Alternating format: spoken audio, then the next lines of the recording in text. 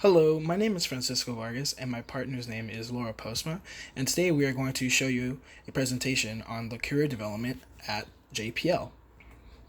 An executive summary is that we had three interviewees. One was named Rachel Corrales. She was a business intern at JPL. We also had Bobby Burke, which was an engineer at JPL, and we had Eddie Gonzalez, which was an engineer at Northrop.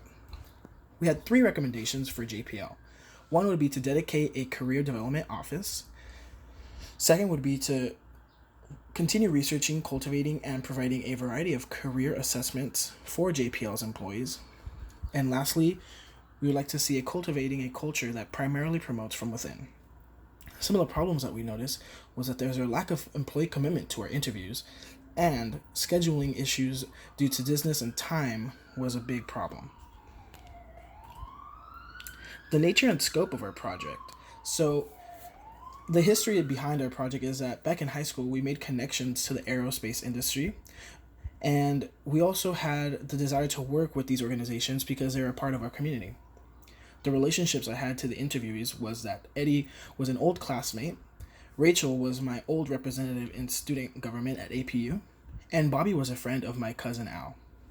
Some of the benefits from these relationships were we gained honest feedback data, and we had elongated interview times, which in result we would have more time with our interviewees through having questions answered via email, text, or other forms of communication post our interviews. The methodology that we had was through our data, we collected three separate interviews. Each of our interviews were 30 minutes, and they were all face to face. As for the data that we collected, some of the results that we had were that there was insufficient parking for our employees. There was a poor career development office that was there, and a lack of development for each employee resulted in some of the employees to go to SpaceX. And as for our findings and conclusions, some of the needs that we see is that there is a need for a new career development office, more research on employee goals, and promoting from within. Some of the downsides to these needs are that it requires money, time, and effort.